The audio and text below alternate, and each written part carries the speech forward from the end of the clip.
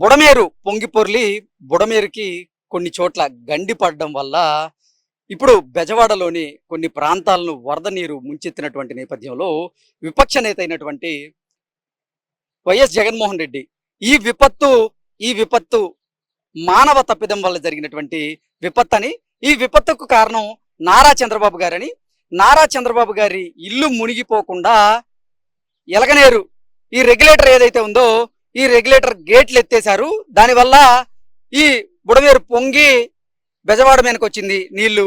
ఈ వరద నీరు బెజవాడలో కొన్ని ప్రాంతాలను ముంచెత్తింది అంటూ ఆయన నారా చంద్రబాబు గారి మీద, అలాగే ఇప్పుడు ఆంధ్రప్రదేశ్ ప్రభుత్వం మీద కూడా ఆరోపణలు చేస్తూ బురద జల్లుతున్నటువంటి నేపథ్యంలో అసలు ఈ బుడమేరు చరిత్ర ఏంటి, ఈ బుడమేరు ఎక్కడి నుంచి మొదలవుతుంది, ఈ బుడమేరుకి ఎక్కడి నుంచి ఈ వరద నీరు అనేవి వస్తాయి, అసలు ఈ బుడమేరు చరిత్ర ఏంటి, నిజంగా ఈ బుడమేరు పొంగి పొరలడానికి మానవ తప్పిదమే కారణమా, ఒకవేళ మానవ తప్పిదమే కారణం అయితే దాని వెనుకున్నటువంటి వ్యక్తి ఎవరు అనేది మనం ఈరోజు తెలుసుకునేటువంటి ప్రయత్నం అయితే చేద్దాం. ప్రస్తుతం మనతో పాటు ఉన్నారు మాజీ సైనికులు, ఎస్ఎస్డి రాష్ట్ర ప్రధాన కార్యదర్శి అయినటువంటి పిల్లి సురేంద్ర కుమార్ గారు మనతో ఉన్నారు. ఆయనతో మాట్లాడేటి ప్రయత్నం చేద్దాం. అసలు ఈ బుడమేరు చరిత్ర గురించి మనం ఈరోజు తెలుసుకునేటువంటి ప్రయత్నం అయితే చేద్దాం.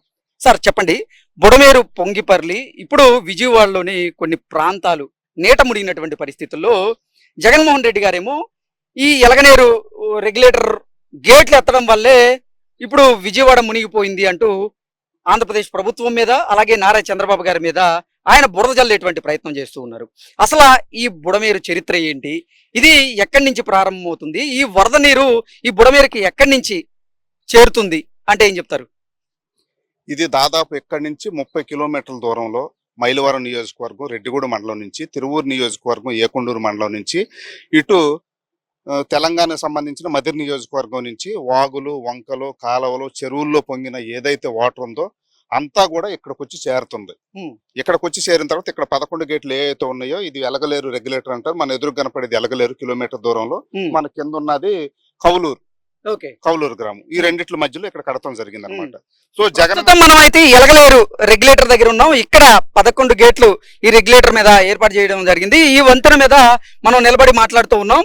జగన్మోహన్ రెడ్డి ఆరోపణలు చేస్తున్నట్లుగా నిజంగా ఈ ఎలగలేరు గేట్లు ఎత్తడం వల్లే ఆ తప్పిదం జరిగిందా, ఆ విపత్తుకి ఈ గేట్లు ఎత్తడానికి అసలు సంబంధం ఏంటి అనేది కూడా తెలుసుకుందాం. సార్, అసలు ఈ విపత్తుకి ఇక్కడ గేట్లు ఎత్తడానికి సంబంధం ఉందా, అసలు ఈ బుడమేరు గురించి ఏం చెప్తారు? అదే జగన్మోహన్ రెడ్డి గారికి కానివ్వండి, వైసీపీ పార్టీ నాయకులకు కానివ్వండి, ఎవరికైనా సరే ఈ గేట్లు ఎత్తడం వల్లే ఆ కాలువ కట్టలు తెగిపోయినాయి, వరద పడిపోయింది అనేది ఉట్టి అబద్ధం. ఎందుకనంటే అవాస్తవాలు. ఎందుకంటే ఇప్పుడు మనం ఏదైతే కాలువ ఇది పోలవరం కెనాల్కి కలిపే కాలువ, ఇది ఎక్కడైతే వెళ్తుందో ఈ కాలువ కింద సుమారుగా 2 కిలోమీటర్ల దూరంలో శాంతినగర్ అని ఏదైతే ఉందో అక్కడ 3 చోట్ల గండ్లు పడి దాన్ని పూర్తిగా ఇప్పుడు పూడ్చడానికి ప్రయత్నం చేస్తున్నారు. అంటే గేట్లు ఎక్కడ ఉన్నాయి, గేట్లు ఎత్తితే నీరు ఎటు వెళ్ళాలి, ఇటు వెళ్ళిద్ది. మరి తెగింది ఎక్కడ, తెగింది దీంట్లో. అంటే ఇది ఎత్తటం వల్ల తెగింది అనేది పచ్చాబద్ధం. అసలు ఈ రెగ్యులేటర్ గేట్లు కనుక ఎత్తకపోతే ఇంకా అసలు పూర్తి విజయవాడ మునిగిపోయేటువంటి పరిస్థితి కూడా ఉండేది అంటూ కొంతమంది విశ్లేషణ చేస్తున్నారు. దాని మీద ఏమంటారు? మనం వచ్చేటప్పుడు కూడా చూసాం, అటు పక్కన ఏదైతే అటు సైడ్ ఉందో అటు సగం దాదాపు 7-8 చోట్ల గళ్ళు పడ్డాయి, ఇటు పక్కన 2-3 ఉన్నాయి. మళ్ళీ మనం వచ్చే దారిలో కూడా చాలా వీక్ అయ్యి సగం గళ్ళు పడిపోయి ఆగిపోయి ఉంది. ఇది ఎలాంటి పరిస్థితి ఎత్తాల్సి వచ్చిందంటే ఇది చూడండి, ఇక్కడ ఒకసారి చూపించండి. మీరు గనక చూస్తే దీని కెపాసిటీ అక్కడ 10 అడుగుల వరకు ఉంది. మీరు మార్క్ చేసి ఉంది 10 అడుగుల వరకు కెపాసిటీ ఉంది. అవును, అక్కడ మార్క్ చేసి ఉంది క్లియర్ గా, అక్కడ 10 అడుగులు వరకు ఉంది. అంటే మొదటి రోజు నాకు తెలిసి ఈ వరద నీరు అక్కడ కనపడుతున్నటువంటి 10 అడుగులు దాటి 13 అడుగుల వరకు వచ్చి అక్కడ మనం కొంచెం చూసినట్లయితే ఆ చెట్ల పక్కన ఉన్నటువంటి భూమి కూడా కోతకు గురైంది. అంటే మొదటి రోజు వరద ఉధృతి ఏ రకంగా ఉంది అనేది మనం ఊహించుకోవచ్చు. మొదటి రోజు గనక ఈ గేట్లు గనక ఎత్తి ఉండకపోతే పరిస్థితి మాత్రం చాలా దారుణంగా ఉండేది.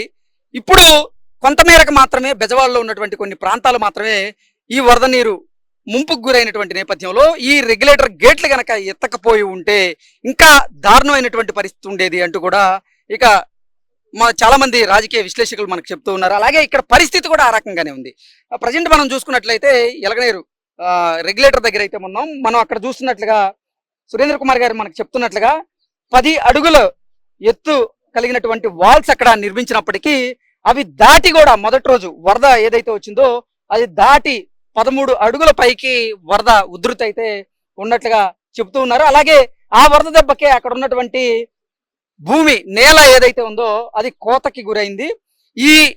సార్ ఇంకొకటి చెప్పండి, ఈ రెగ్యులేటర్ గేట్లు కనుక ఎత్తకపోతే ఈ ఫ్లో అనేది మొత్తం ఇటుపోయేది కదా, ఈ వైపు వెళ్ళిపోయేది. ఈ వైపు మొత్తం ఉంటే ఏ ప్రాంతాలు మునిగిపోయే అవకాశం ఉంది? ఇటు వెళ్ళినట్టయితే కౌలూరు కానివ్వండి, ఈలపోలు కానివ్వండి, ఆ కిందకి వెళ్ళిన తర్వాత పైండ్రపాడు, దానికి సంబంధించి ఇంకా కిందకి వెళ్ళిన తర్వాత ఇటు మొత్తం వెళ్ళుకుంటూ కూడా విజయవాడ మీదకి వెళ్ళిపోయేది. ఎట్టి పరిస్థితుల్లో కూడా ఇది విజయవాడ మీద తప్పనించి వేరే ఆస్కారమే లేదు. ఇప్పుడు ఎంత నీరైతే కృష్ణా నదిలో కలుస్తుందో అంత కలుస్తానే ఉండేది, కానీ ఎక్కువైన వరద ఏదైతే ఉందో అది మొత్తం ఇటే వెళ్ళిపోయేది. విజయవాడకి రావటం తప్ప వేరే మార్గం లేదు. ఎందుకంటే దాన్ని బలోపేతం చేయలేదు, దానికి తగిన జాగ్రత్తలు తీసుకోలేదు. ఇలాంటి అనేక కారణాల వల్ల జగన్మోహన్ రెడ్డి గారు చెప్పినట్టు ఈ పైన ఉన్న వెలగలేరు కానివ్వండి, ఇందాక మనం వెళ్ళాం అక్కడ ముత్యాలంపాడు కానివ్వండి, అక్కడ వరకు ఈ ఫ్లో అయింది. ఓవర్ ఫ్లో అయిపోయి అక్కడ జగనన్న కాలనీ ఏదంటే ఫుల్ అయ్యి పొంగిపోయే స్థాయికి వచ్చింది. అంత వాటర్ ఇక్కడ నిలవ ఉండబట్టి ఇది కూడా పడిపోయే స్థాయికి వచ్చింది. తర్వాత మాత్రమే దీన్ని ఎత్తడం జరిగింది. సో ఇది ఎత్తటం వల్ల మాత్రమే ఈ గండ్లు పడిపోయి విజయవాడ పడిపోయింది, చాలా శుద్ధ తప్పు. ఓకే, ఈ పుట్టూరులో నుంచి వచ్చేటువంటి వరద ప్రవాహం కూడా ఈ బుడమేరులోనే కలుస్తాయా? అవును, అటు జీకొండూరు నుంచి వచ్చి పులివేరు నుంచి వచ్చే తెలంగాణ ప్రాంతానికి సంబంధించిన జీకొండూరు సంబంధించిన వాటర్ ఏదైతే ఉందో అది కూడా ఇక్కడికే వస్తుంది. అటు కోతులు నాగులూరు అని కోతుల వాగు అని చెప్పేసి రెడ్డిగూడెం దగ్గర అయితే ఏదో ఉందో, ఏకొండూరు దగ్గర ఏదైతే ఉందో ఇవన్నీ కూడా వచ్చేసి ఇక్కడ మనం ఏదైతే చెప్పామో మైలువారం దగ్గర నుంచి ముత్యాలంపాడు దగ్గరకు వచ్చి ఇక్కడికి వచ్చిన తర్వాత ఇదంతా కలుస్తుంది. కలిసిన తర్వాత వ్యవసాయ అవసరాలకు సంబంధించి కొంత ఉపయోగించుకోవటానికి మాత్రం ఇది కట్టారు. సో ఎక్కువైన మాత్రం ఇది వదలాల్సి వస్తుంది. వదలక ముందే ఆ కట్లన్నీ తెగిపోవటం వల్ల ప్రమాదకర స్థితిలో ఉన్నప్పుడు అది చేయటం జరిగింది. ఓకే, అంతేగాని అసలు ఇదేదో ఉద్దేశపూర్వకంగా లేకపోతే చంద్రబాబు గారి నివాసం ఏదైతే ఉందో అది వరద నీరులో మునిగిపోకుండా ఉండేందుకే ఈ రెగ్యులేటర్ గేట్లు ఎత్తేశారు, ఈ ప్రవాహాన్ని దారి మరలించారు అంటూ జగన్మోహన్ రెడ్డి చెప్తూ ఉన్నారు. దాంట్లో అసలు వాస్తవం లేదంటారా? ఇక్కడ చూస్తేనే అర్థమవుతుంది కదా, ఆ కాలువ కట్టి ఎక్కడ దిగింది, ఎక్కడి నుంచి వరద వెళ్తుంది. ఇప్పుడు కంట్రోల్ చేయకపోవడానికి కారణం ఏంటి? అక్కడే కదా గండ్లు పుడుస్తుంది, కింద కదా, అక్కడ కదా, ఇక్కడ కాదు కదా, దీని కింద కాదు కదా గండ్లు పుడుస్తుంది. అంటే ఆ వరద ఎక్కువైపోయి అటు వెళ్ళటం కదా, దాని వల్ల కదా వెళ్ళింది. ఇటు వల్ల వెళ్తే గేట్లు ఇటు వల్ల లేపొచ్చు, తగ్గించుకోవచ్చు, దీన్ని కంట్రోల్ చేయొచ్చు. కానీ అది కంట్రోల్ చేయలేం కదా, పూర్తిగా ధ్వంసం అయిపోయింది కదా. ఆ పక్కన ఊర్లన్నీ కొట్టుకుపోతాయి కదా. ఇది అనుకోండి, ఒక గంట తీయొచ్చు, ఒక గంట దించేసేయచ్చు, ఇంకొంచెం హెచ్చు తగ్గులు తగ్గించుకోవచ్చు. ఇక్కడ అసలు ఆ చేసే పరిస్థితి కూడా ఇది కూడా కొట్టుపోయే స్థితిలో వచ్చిన తర్వాత కాళ్ళ కట్లు అన్ని కొట్టుపోవటం వల్ల తీయాల్సిన పరిస్థితి వచ్చింది. ఈ బుడమేరులో ఏ ఏ వాగులు, ఏ ఏ పిల్ల కాలువలు నుంచి వచ్చేటువంటి వరద నీరు ఇక్కడికి చేరుతుంది? దాదాపు ఇటు 30 కిలోమీటర్లు, ఇటు 30 కిలోమీటర్లు, ఇటు 40 కిలోమీటర్లు అండి. ఈ సరౌండ్ లో గట్లు, గొట్లు, వాగులు, వంకలు ఏ అయితే ఉన్నాయో ప్రతి ఒక్క ఊరి నుంచి ప్రతి ఒక్క ఊరికి ఒక చెరువు ఉంది. ఆ చెరువులో నిండిపోయిన తర్వాత వచ్చే వాటర్ అన్ని కూడా ఇక్కడికి వస్తాయి. సో ఇది ఎప్పటికైనా ప్రమాదకరం అని ఇక్కడ అందరికీ తెలుసు. ఎంత తెలిసినా గానీ జగన్మోహన్ రెడ్డి గారు ఆ గట్లు మీద ఎలాంటి జాగ్రత్తలు తీసుకోకుండా సగం తెగిపోయినా కానీ అట్లా వదిలేయటం వల్ల ఈ పరిస్థితి వచ్చింది. అంటే 2014లో ఎప్పుడైతే చంద్రబాబు గారు ప్రత్యేక ఆంధ్రప్రదేశ్ కి ముఖ్యమంత్రిగా ప్రమాణ స్వీకారం చేశారు, దాని తర్వాత ఈ జలవనరుల శాఖ నుంచి 198 అభివృద్ధి కార్యక్రమాలని ఆయన ప్రారంభించారు. అందులో భాగంగానే ఈ బుడమేరుకు సంబంధించినటువంటి విస్తరణ పనులు, అంటే బుడమేరు ఆధునికీకరణ పనులు కూడా దాంట్లోనే ఉన్నాయి. కానీ ఒక్క సంతకంతో జగన్మోహన్ రెడ్డి ఆ పనులన్నింటినీ కూడా ఆపేశారు, కక్షపూరితంగానే. అంటే ఈ క్రెడిట్ అంతా కేవలం చంద్రబాబు గారికే వస్తుందనే ఉద్దేశంతోనే ఈ పనులన్నింటినీ కూడా ఆపేశాడు జగన్మోహన్ రెడ్డి అనేటువంటి ఆరోపణలు జగన్మోహన్ రెడ్డి మీద వస్తూ ఉన్నాయి. ఏం సార్, నిజమేనా అది? చాలా అండి. అసలు ముఖ్యమైన విషయం ఏమిటంటే జగన్మోహన్ రెడ్డి గారు చంద్రబాబు గారు అధికారంలోకి వచ్చిన తర్వాత ఎప్పుడైతే అమరావతి రాజధానిగా ప్రకటన చేశారో ఆ రోజు నుంచి ఆయన అధికారంలోకి వచ్చిన తర్వాత మరీ ఎక్కువైపోయి ప్రతి ఒక్కదానికి అమరావతి మునిగిపోతుంది, చంద్రబాబు గారి ఇల్లు మునిగిపోతుంది, విజయవాడ మునిగిపోతుంది, ఇది రాజధానికి అనుకూలమైంది కాదు, ఇక్కడ ఎలాంటి అభివృద్ధి పనులు చేయకూడదు, ఇక్కడ ఎలాంటి కంపెనీలు రాకూడదు, విజయవాడ దేనికి పనికిరాదు, విజయవాడ చుట్టుపక్కల ప్రాంతాలన్నీ ముంపుకు గురవుతాయని చెప్పేసి ఆయన మొదటి నుంచి ఉంది. సో ఇక్కడ ఏది జరిగినా గానీ, ఏ తప్పిదం జరిగినా లేదంటే అది ప్రళయంగా వచ్చినా గానీ ఇదంతా మానవ తప్పిదమే, చంద్రబాబు గారి తప్పిదమే, ప్రభుత్వం తప్పిదమే, అసలు అమరావతి ఇక్కడ ఉండకూడదనే ఒక కక్షపూరిత రాజకీయంతో ఒక కక్ష పెంచుకొని అమరావతి అంటే ఆయనకి అసలు గిట్టదు, కళ్ళ కూడా వచ్చేసింది అనమాట. అమరావతి రైతులను కానివ్వండి, ఆ చుట్టుపక్కల ఉన్న ప్రాంతాలను కానివ్వండి, ఆ పేరు మీద ఎంత విధ్వంసం చూశాడు ఈ రాష్ట్ర ప్రజలందరికీ తెలుసు. అంటే ఇప్పుడు జగన్మోహన్ రెడ్డి గారు చంద్రబాబు గారి మీద బురద జల్లుతూ ఇది మానవ తప్పిదం వల్ల జరిగినటువంటి ఈ విపత్తే ఇది అంటూ ఇప్పుడు జగన్మోహన్ రెడ్డి గారు ఆరోపణలు చేస్తున్నటువంటి నేపథ్యంలో తెలుగుదేశం పార్టీ నాయకులు మాత్రం నిజమే ఇది మానవ తప్పిదమే, కానీ ఆ మానవ తప్పిదం వెనక ఉన్నది మాత్రం జగన్మోహన్ రెడ్డి పరిపాలనలో ఆయన ఈ బుడమేరు విస్తరణ పనులు ఆపేయడం బట్టే ఈ కాలువలు ఏవైతే ఉన్నాయో అవి బలోపేతం కాలేదు, అందుకే ఈ బుడమేరుకి కొన్ని చోట్ల గండి పడింది అంటూ కూడా వారు ఆరోపణలు చేస్తూ ఉన్నారు. దీని మీద ఏమంటారు? అదే వచ్చిన తర్వాత అసలు బుడమేరు గురించి పట్టించుకోకపోవటం, బుడమేరు పూర్తిగా నిర్లక్ష్యం చేయటం వలన, అదే విజయవాడ చుట్టుపక్కల ఏదైతే ఊర్లు ఉన్నాయో అప్పుడు వెంకయ్య నాయుడు గారు ఉన్నప్పుడు కానివ్వండి, చంద్రబాబు గారు ఉన్నప్పుడు కానివ్వండి, విజయవాడకి స్పెషల్ ఫండ్స్ తీసుకొచ్చి దాని అభివృద్ధి కోసం, అండర్ డ్రైనేజ్ కోసం అనేక కార్యక్రమాలు చేయటం జరిగింది. వాటిలన్నిటిని కూడా పూర్తిగా ఇది చేసేసి పక్కన పెట్టేయటం వల్ల ఈ రోజు విజయవాడ మునిగిపోవటానికి పూర్తి కారణం అయిపోయింది. మీకు అవకాశం ఉంటే అసలుకి విజయవాడ ఈ అమరావతి చుట్టుపక్కల జగన్మోహన్ రెడ్డి ఎంత విధ్వంసం చేశాడు, ఈ కాలంలో ఎలా ధ్వంసం చేశాడు, మట్టిని ఎలా దోసేసుకున్నాడు, ఆ నాయకులు ఎన్ని చెరువుల కట్టలను దోసేశారు, ఎన్ని రోడ్లు ధ్వంసం చేశారు అనేది మీకు పూర్తి వివరాలతో నేను అందిస్తాను. ఆల్రెడీ దాని మీద మేము ఫైట్ చేస్తున్నాము.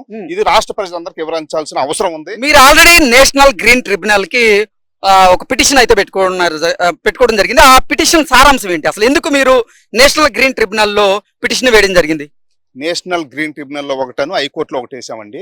నేషనల్ గ్రీన్ ట్రిబ్యునల్ అంటే కొత్తూరు తాడిపల్లి పక్కన ఎదురుగా అయితే కొండలు అయితే కనపడుతున్నాయో ఆ చుట్టుపక్కల ఏదైతే రిజర్వ్ ఫారెస్ట్ ఏరియా ఉందో దాంట్లో విపరీతంగా తవ్వేసి పర్యావరణానికి విధ్వంసం చేస్తున్నారు, దోసుకుంటున్నారని దాన్ని తీసుకురావడం జరిగింది, స్టే ఆర్డర్ తీసుకురావడం జరిగింది. అయినా కానీ దాని మీద ఇప్పటి వరకు కంట్రోల్ లేదు. అదే విధంగా ఇప్పుడు బుడవేరు ఏ విధంగా అయితే నాశనం చేశారో పోలవరం కాలం ఏదైతే ఉందో దాని బలోపేతం కోసం అప్పుడు చంద్రబాబు నాయుడు గారు ఉన్నప్పుడు ఆ మట్టి ఏదైతే ఉందో దాన్ని అలా ఉంచడం జరిగింది. ఆ పూర్తి మట్టిని వైసీపీ ప్రభుత్వం వచ్చిన తర్వాత అంబటి రాంబాబు గాని, అనిల్ కుమార్ కానివ్వండి, జోగి రమేష్ కానివ్వండి, నందిగాం సురేష్ కానివ్వండి, అవినాష్ కానివ్వండి, వీళ్ళందరూ విచ్చలవిడిగా దోసేసుకొని పూర్తిగా కాలువకట్ల పక్కంటే మట్టిని మొత్తం దోసేసుకొని వేల కోట్లు సంపాదించారు. పొరపాటున రేపు పోలవరం కాలం కూడా ఇదే పరిస్థితి. పోలవరం కాలువకు సంబంధించినటువంటి మట్టిని కూడా అంటే వాళ్ళు వైసీపీ నాయకులు మిగల్చలేదంటారా? పూర్తిగా మేము ఆధారితలతో చూపిస్తాం. మీరు వస్తే అసలు రోడ్ లెవెల్ గా ఉన్న మట్టిని కాలువకు 5 మీటర్ల కిందకు తవ్వేశారంటే రేపు ఆ కాలువ గట్టు కనుక తెగితే ఆ పక్కన ఉన్న నైనవరం గాని ఆ ఊర్లన్నీ మిగిలిపోయి మళ్ళీ విజయవాడ మీద పడిపోయింది. ఆ పోలవరం కూడా అవసరమైతే మిమ్మల్ని తీసుకెళ్తాం. ఈ బుడమేరు విస్తరణ పనులు గనక నిజంగా పూర్తి చేసి ఉంటే జగన్మోహన్ రెడ్డి హయాంలో ఇక్కడ 15,000 క్యూసెక్కుల నుంచి 45,000 క్యూసెక్కుల వరకు ఈ వరద ఉధృతిని తట్టుకునేటువంటి శక్తి దీనికి ఉండేది. కానీ ఎప్పుడైతే జగన్మోహన్ రెడ్డి ఒక్క సంతకంతో ఈ అభివృద్ధి కార్యక్రమాలన్నీ కూడా ఆపేశారో ఆ తరువాతే ఈ విపత్తు సంభవించడం, ఇది ఇప్పుడు బుడమేరు పొంగి పర్లడం జరుగుతుంది అంటూ కూడా తెలుగుదేశం పార్టీకి సంబంధించినటువంటి నాయకులు అయితే జగన్మోహన్ రెడ్డి మీద ఆరోపణలు చేస్తూ ఉన్నారు. ఇప్పుడు మనం చూసుకున్న పరిస్థితి కూడా అలాగే ఉంది. ఈ చుట్టుపక్కల మొత్తం చూసుకున్నా కానీ కొంతమేరకు అంటే బుడమేరు ఏదైతే ఉందో బుడమేరుకు సంబంధించినటువంటి కొన్ని ప్రాంతాలు బుడమేరు చుట్టుపక్కల మొత్తం చూసుకున్నా కొన్ని ప్రాంతాల్లో వైఎస్ఆర్సీపీ నాయకులు అధికారాన్ని అడ్డం పెట్టుకొని విచ్చలవిడిగా ఈ భూముల్ని ఆక్రమించి ఇక్కడ అక్రమ నిర్మాణాలు చేపట్టారు. ఈ సహసిద్ధమైనటువంటి ప్రవాహం ఏదైతే ఉందో ఆ ప్రవాహానికి అడ్డుకట్ట వేశారు. దాని వల్లే ఈ ప్రవాహం కూడా దిశ మార్చుకోవడం, దానివల్లే ఈ విజయవాడలో కొన్ని ప్రాంతాలు కూడా ముంపుకు గురవడం జరిగింది అంటూ కూడా కొంతమంది ఎక్స్పర్ట్స్ అయితే చెప్తూ ఉన్నారు. నిజంగా వైఎస్ఆర్సీపీ నాయకులు కొంతమంది అధికారాన్ని అడ్డం పెట్టుకొని విచ్చలవిడిగా ఈ బుడమేరుకు చుట్టుపక్కల అక్రమ నిర్మాణాలు చేపట్టారు. ఆ అక్రమ నిర్మాణాలను కూడా తొలగించాలి అంటూ కూడా ఇప్పటికే పర్యావరణవేత్తలు అయితే డిమాండ్ చేస్తూ ఉన్నారు. సార్ మీరు చెప్పండి, అసలు ఎక్కడెక్కడ అక్రమాలు ఉన్నాయి? సార్ ఈ పైనుంచి కూడా ఈ వాగమ్మటి ఏదైతే ఉందో బుడమేరు వాగు అయితే ఏదో ఉందో అక్కడ అక్రమంగా ఆక్రమించుకొని అనేక మంది వైసీపీ నాయకులు అనేక కట్టడాలు కట్టాడు. ఈ పక్కన కూడా అసలు ఎలాంటి అనుమతులు లేకుండా చేపల చెరువులకు పర్మిషన్ ఇవ్వడం జరిగింది. ఇది కట్ట కానుకొని అంటే ఆ కట్టెమ్మట అనుకుని నాని తెగిపోయింది కదా. ఇలా అంటే దీన్ని పూర్తిగా నిర్లక్ష్యం చేసిన వ్యక్తి ఇట్లన్నిటి మీద ప్రభుత్వం చర్యలు తీసుకోవాలి. చంద్రబాబు గారు, పవన్ కళ్యాణ్ గారు, లోకేష్ గారు దీని మీద దృష్టి పెట్టాలని చెప్పేసి విజయవాడ చుట్టుపక్కల ఉన్న అన్ని కాలువల మీద పర్యావరణం మీద దృష్టి పెట్టి ఎవరైతే అక్రమాలకు పాల్పడ్డారో వాళ్ళందరి మీద కఠినమైన చర్యలు తీసుకోవాలని చెప్పేసి మేము డిమాండ్ చేస్తున్నాం. ఇప్పుడు ఎలగలేరు దగ్గర మనం ఉన్నాము. ఇది అంటే ఈ బుడమేరు ఎక్కడి నుంచి వస్తుంది ఈ వాటర్ ఉధృతి అంతా కూడా? ఇది పైనుంచి మనం ఇప్పుడు ముత్యాలంపాడు అనే విలేజ్ చూసాం, అక్కడ బ్రిడ్జ్ పడిపోయి అవును. అక్కడి నుంచి ఇక్కడ వరకు పూర్తిగా ముంపు ప్రాంతం అన్నమాట ఇది. దీంట్లో ఎక్కడ కనుక నీళ్లు ఆపించడం జరిగితే అక్కడ వరకు మునిగిపోయింది. అలాంటి పరిస్థితులు అన్నమాట. దాంట్లో అక్రమ కట్టడాలు, జగనన్న కాలనీలు ఏదైతే ముంపు ప్రాంతం ఉందో, ఇప్పుడు 1 మీటర్ వాటర్ వచ్చేలోనే మునిగిపోయే ప్రాంతాల్లో జగనన్న కాలనీలు ఇవ్వడం జరిగింది. ఈ విధంగా అంటే ఆయనకు ముందు చూపు లేకోకుండా, అసలు ఎలాంటి దృష్టి లేకోకుండా, స్వార్థ రాజకీయాల కోసం ఆయన ఏం ఆలోచించుకోకుండా ఇలాంటి నిర్ణయాలు తీసుకున్నాడు. ఇవన్నీ కూడా ప్రజలు గ్రహించాలి.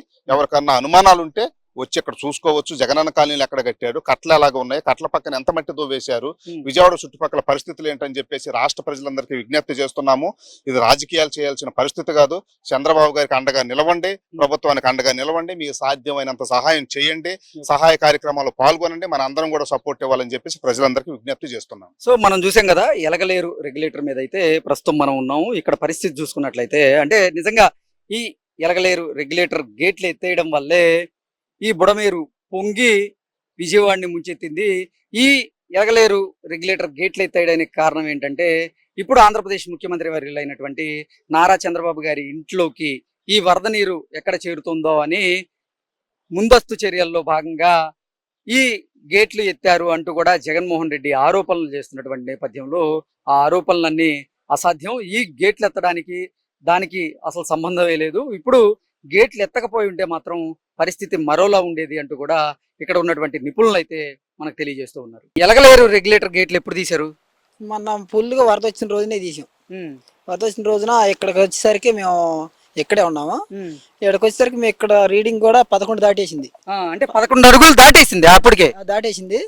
తర్వాత ఇక్కడ మేము అక్కడ వాచ్మెన్ లేపుదామంటే ఇక్కడ పెద్ద పెద్ద వాళ్ళకి వసంత కృష్ణ దగ్గర ఫోన్ చేసి తర్వాత ఆయన రికమెండేషన్ తీసుకొని ఇక్కడ ఎత్తమంటే అప్పటికి ఈ గేట్లకి అంటే మీరే ఈ గేట్లు తీసారా, లేదంటే ఎవరన్నా అధికారులు ఇక్కడికి వచ్చి మీకు చెప్పారా? అధికారులు వచ్చారు. అక్కడికి అధికారులు వచ్చారు.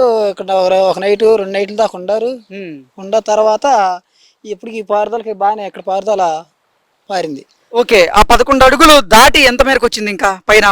అది పైకి బాగానే నీళ్లు. ఓకే, అంటే ఈ గేట్లన్నీ కూడా ఆ రోజు తీసారా? ఆ రోజే తీసాం.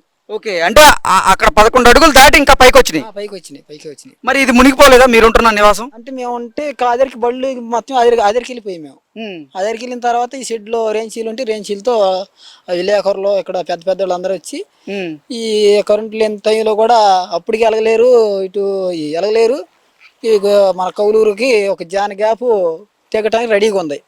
అటు ఆ ఊరోళ్ళు ఇటు ఈ ఊరోళ్ళు కూడా వచ్చి ఇక్కడ గొడవ మాకు లేపాల్సిందే, మాకు ఇక్కడ ఊళ్ళని పాడైపోయి తట్టుకుంటే తెగిపోయి తట్టుకుంది అంటే అప్పుడు వాళ్ళు సపోర్ట్ తీసుకొని అప్పుడు వసంత కృష్ణ గారు ఫోన్ చేసి అప్పుడు ఆయన కింద వాళ్ళకి అటు విజయవాడ వాళ్ళకి కూడా ఫోన్లు చేసి అప్పుడు ఆ రికమెండేషన్. అంటే ఈ చుట్టుపక్కల ఉంటున్న ఎలగలేరు అలాగే ఇంకో ఊరు సంబంధించినటువంటి ప్రజలు ఇక్కడికి వచ్చి వారు డిమాండ్ చేయడం బట్టే ఈ గేట్లు లేపారా? ఎక్కడికి వచ్చారు. ఓకే, కానీ జగన్మోహన్ రెడ్డి మాత్రం చంద్రబాబు గారి నివాసం మునిగిపోకుండానే ఉండేందుకే ఈ గేట్లు లేపారంటూ చెప్తున్నారు. అది అవాస్తవేగా అయితే? అంటే మాకు అంతగా ఐడియా తెలియదు నాకు.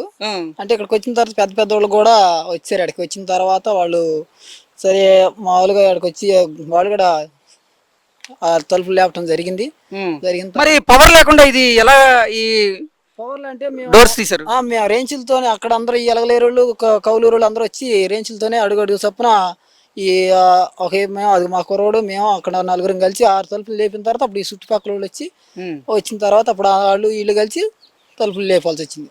లేపేసరికి అప్పటికి ఈ నీళ్ళు అనేది గొయ్య అక్కడ నేల కొట్టుకుపోయింది మొత్తం. కారణం అదేనా? అదే కారణం.